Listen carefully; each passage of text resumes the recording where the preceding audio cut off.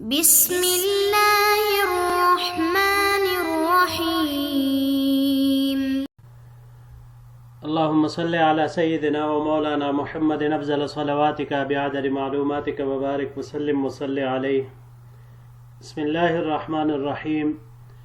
عزیز طلباء کرام، مختارات من ادب العرب سے بحمد اللہ تعالی آج ہمارا سبق نمبر 108 ہے، اور مضمون جو پچھلے درس سے شروع ہوا تھا الکوخ والقصر، یعنی جھونپڑی اور محل، آج اس کا دوسرا اور آخری حصہ پیش خدمت ہے۔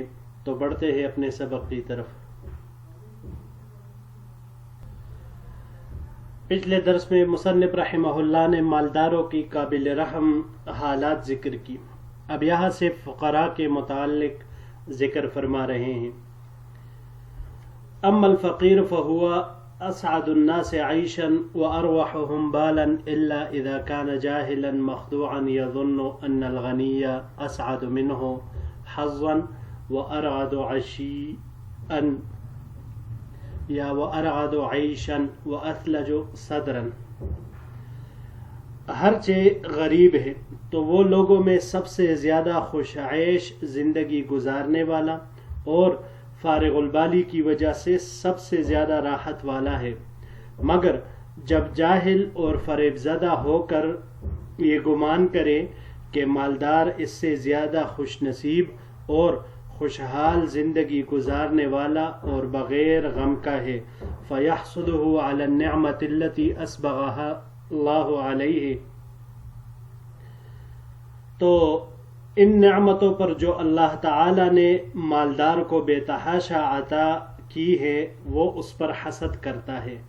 وَيَجْلِسُ فِي كِسْرِ بَيْتِهِ جِلْسَةَ الْكَئِيبِ الْمَحْزُونِ يُصَعِّدُ الزَّفْرَةَ فَالزَّفْرَةَ وَيُرْسِلُ الْعَبْرَةَ فَالْعَبْرَةَ۔ چنانچہ وہ شکستہ دل اور غمزدہ ہو کر مالدار کے گھر کے ایک گوشے میں بیٹھ جاتا ہے، اور جب آہ برتا ہے تو لمبی لمبی آہیں برتا ہے، اور جب آنسو بہاتا ہے تو پھر خوب آنسو بہاتا ہے۔ وَلَوْلَا جَهْلُهُ وَبَلَاهَةُ عَقْلِهِ لَعَلِمَ أَنَّ رُبَّ صَاحِبَ قَصْرٍ يَتَمَنَّى قَوْخَ الْفَقِيرِ وَعَيْشَهُ۔ اگر غریب کی جہالت اور کم عقلی نہ ہوتی تو وہ یہ جان لیتا کہ کتنے سارے مالدار ہیں جو غریب کی جھونپڑی اور اس کی زندگی گزارنے کے تمنا کرتے ہیں۔ وَيَرَى أَنَّ ذَلِكَ السِّرَاجَ الضَّعِيفَ الَّذِي لَا يَكَادُ يُنِيرُ نَفْسَهُ أَسْطَحُ زُبَالًا وَأَكْثَرُ لُؤْلُؤًا۔ تو وہ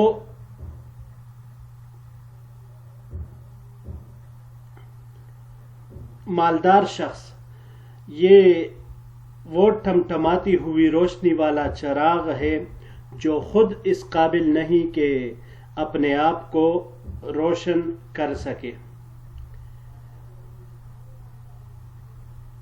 من تلك الشموع الباهرات وأكثر لؤلؤا من تلك الشموع الباهرات التي تأتلق بين يديه۔ لیکن ان تمام چراغوں سے جو اپنے تمام ظاہری چمک دمک کے ساتھ اس کے سامنے روشن ہے، اپنی بتی کو بلند رکھنے والا، وہ اکثر لؤلؤا اور خوب چمکانے والا ہے۔ وَأَنَّ تِلْكَ الْحَشِيَّةَ مِنَ الشَّعْرِ أَوِ الْوَبْرِ أَنْعَمُ مَلْمَسًا وَأَلْيَنُ مَسْجَعًا مِنْ وَسَائِدِ الْحَرِيرِ وَنَضَائِدِ الدِّيبَاجِ۔ بالوں اور اونٹ کی کال کا بستر زیادہ آرام دہ اور راحت کے اعتبار سے ریشم اور دیباج کے نرم اور نازک تکیوں اور بستر سے زیادہ وہ نرم ہیں۔ جی یہاں پر یہ الفاظ ہے، پہلا اس میں سے بال یہ حالت کو کہا جاتا ہے۔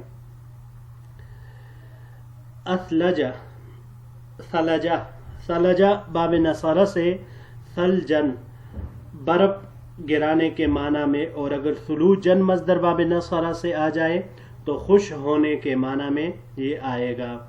اسلجہ یہ باب افعال سے یہاں پر استعمال ہوا ہے۔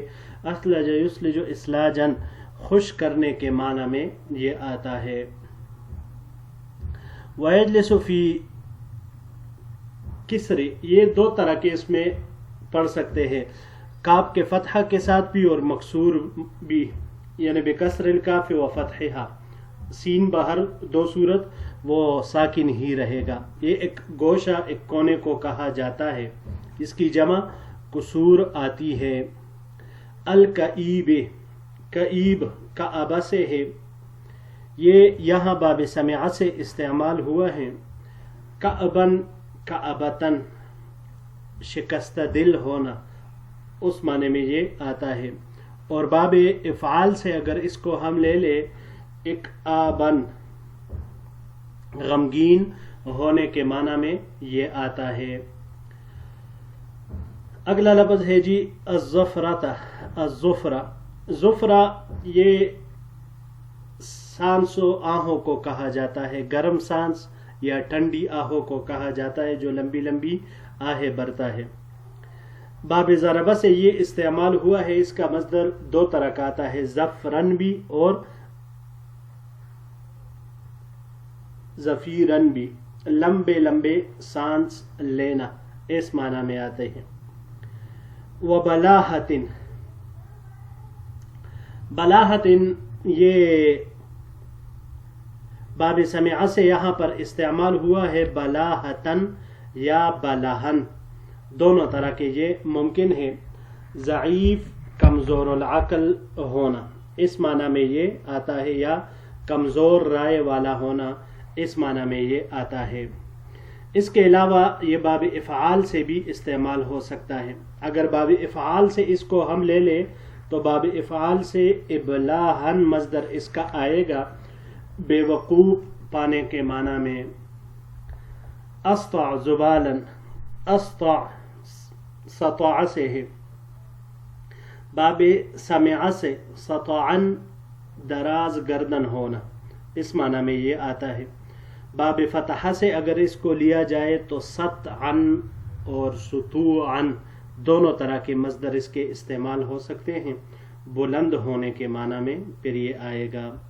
اور اس کے علاوہ باب تفعیل سے بھی تسطیعن، بلند کرنے کے معنی میں استعمال ہوگا۔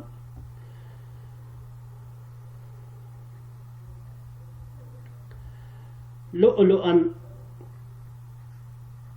یہ باب فعلل سے ہے، لؤلؤتن، چمکنا، اس معنی میں یہ آتا ہے۔ تعتلق، تلقہ یا علقہ یہ استعمال ہوتا ہے، ماضی اس کا علقہ، مادہ علقہ آتا ہے۔ یہ باب افتعال سے یہاں استعمال ہوا ہے، باب افتعال سے اس کا مصدر اطلاقاً آتا ہے، بجلی چمکنے کے معنی میں، اور یہی معنی باب تفاعل سے تعلقاً، بجلی چمکنا، اس معنی میں یہ بھی آتا ہے۔ اور باب ضربہ سے مصدر اس کا علیقاً، یہ چمکنے اور روشن ہونے کے معنی میں یہ آتا ہے۔ الحشیۃ، حشیہ یہ اس گدی کو کہا جاتا ہے کہ جو عورت بدن کے کسی حصے کو نمایاں کرنے کے لیے اس پر باندھتی ہے، اس کی جمع حشایا آتی ہے۔ یہ باب افتعال سے احتشاءً، آسودہ ہونے، برنے کے معنی میں آتا ہے۔ اور یہاں پر یہ باب نصرہ سے استعمال ہوا ہے، حشون، حشون بالقطن، یہ کہا جاتا ہے روئی برنا، پیٹ میں روئی برنا، یعنی تکیے کے اندر جو روئی بری جاتی ہے اس میں استعمال ہوتا ہے۔ تو جو گدی ہوتی ہے نا، اس میں بھی وہ روئی بری جاتی ہے، تو اس معنی میں یہ استعمال ہوتا ہے۔ جی بڑھتے ہیں اپنے اگلے سلائیڈ کی طرف۔ وَلَقَدْ بَلَغَ الضُّعْفُ وَصِغْرُ النَّفْسِ بِكَثِيرٍ مِّنَ النَّاسِ أَنَّهُمْ يَحْفِلُونَ بِالْأَغْنِيَاءِ لِأَنَّهُمْ أَغْنِيَاءٌ، بہت سارے لوگوں میں یہ کمزوری اور احساس کمتری اس حد تک پہنچ گیا ہے کہ وہ مالداروں کی مجالس میں صرف اور صرف ان کے مالدار ہونے کی وجہ سے شرکت کرتے ہیں۔ وَإِن كَانُوا لَا يَنَالُونَ مِنْهُ مَا يَبُلُّ غُلَّةً أَوْ يُسِيغُ غُصَّةً، اگرچہ وہ مالداروں سے اتنا مال بھی حاصل نہیں کر سکتے جو ان کی سخت پیاس کو بجھا دے اور غم کو خوشگواری سے بدل دے. یعنی ان کے جو مال کی شدید پیاس ہے اس کو بھی نہیں بجھا سکتے کیونکہ کچھ حاصل نہیں ہوتا، اور نہ ہی ان کے غم کو خوشگواری میں بدل سکتے ہیں وہ لوگ. وَلَيْتَ شَعْرِي إِنْ كَانَ لَا بُدَّ لَهُمْ مِنْ إِجْلَالِ الْمَالِ وَإِعْظَامِهِ حَيْثُ وُجِدَ. کاش کہ میرا یہ احساس ان لوگوں تک پہنچ سکتا کہ جن کے لیے مال کی شان و شوکت اور عظمت کہ جہاں بھی وہ پایا جائے تو ان کے لیے کوئی بھی راستہ نہیں رہتا. فَلِمَ لَا يُقَبِّلُونَ أَيْدِيَ السَّيَّارَةِ وَلَا يَنْهَزُونَ إِجْلَالًا لِلْكِلَابِ الْمُطَوَّقَةِ بِالذَّهَبِ وَهُمْ يَعْلَمُونَ أَنَّ لَا فَرْقَ بَيْنَ هَؤُلَاءِ وَهَؤُلَاءِ. تو پھر وہ سناروں کے ہاتھوں کو کیوں نہیں چومتے اور اس کتے کو بڑا کیوں نہیں سمجھتے جس کے گلے میں سونے کا پٹھا ہوتا ہے، حالانکہ وہ جانتے ہیں کہ ان دونوں میں کوئی فرق وہ نہیں ہے. جی یہ پہلا لفظ یہاں پر غلتن، یہ سخت پیاس سے کنایا ہے یہاں پر. یسیغو سوغ سے ہے، سوغن یہ خوشگوار ہونے کے معنی میں باب نصرہ سے استعمال ہوتا ہے. یہاں یہ باب افعال سے استعمال ہوا ہے اساغتن، خوشگوار بنانے کے معنی میں. اور اگر اس کو ہم باب تفعیل سے لے لیں تسویغن تو پھر یہ جائز کرنے کے معنی میں آئے گا. غصتن، غصتن یہ غم کو کہا جاتا ہے، اس کی جمع غصص یہ آتی ہیں. باب نصرہ سے اور سمع سے غصصن بحرکات الثلاثہ یہ آتا ہے تنگ ہونے کے معنی میں، اچھو لگنے اس معنی میں. اور باب افتعال سے اغتصاصن تنگ ہونے کے معنی میں یہ آتا ہے. سیارفت و سیرفی، مفرد اس کا سیرفی ہے. صراف یہ نقدی کی تجارت کرنے والے کو یا سونے کے کام کرنے والے کو آج کل یہ کہا جاتا ہے. لا ینہزون، نہزا یہ باب فتح سے یہاں پر استعمال ہوا ہے. نہزن، نہزن و نہوزن یہ کڑے ہونے کے معنی میں یہ آتا ہے. یہ لفظ کئی دفعہ پہلے بھی گزر چکا ہے، نہزن اور نہوزن.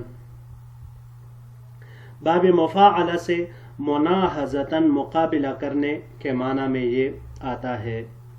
اور اگر اس کو ہم باب افعال پر لے جائے انہز ینہز انہازن تو اٹھانے کے معنی میں یہ پھر آئے گا. باب افتعال سے لیا جائے انتہازن تو کڑا ہونے کے معنی میں یہ آئے گا. اور باب تفاعل سے بھی اس کے علاوہ استعمال ہو سکتا ہے تناہزن، یہ کہا جاتا ہے جنگ میں ایک دوسرے کے اوپر حملہ کرنا. جی بڑھتے ہیں اپنے آخری سلائیڈ کی طرف. لو عامل الفقراء بخلاء الاغنیاء بما يجب ان يعاملوا به لوجدوا انفسهم في وحشة انفسهم. اگر غریب افراد بخیل مالداروں کے ساتھ وہی معاملہ کرے جس کے وہ مستحق ہے تو وہ مالدار اپنے آپ میں وحشت محسوس کریں گے. وَلَشَعَرُوا أَنَّ بَدَرَاتَ الذَّهَبِ الَّتِي يَكْنِزُونَهَا إِنَّمَا هِيَ أَسَاوِدُ مُلْتَفَةٌ عَلَى أَقْدَامِهِمْ وَأَغْلَالٌ آخِذَةٌ بِأَعْنَاقِهِمْ.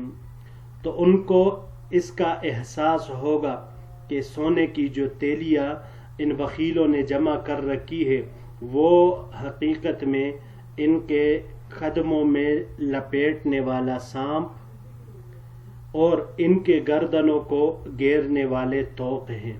وَلَعَلِمُوا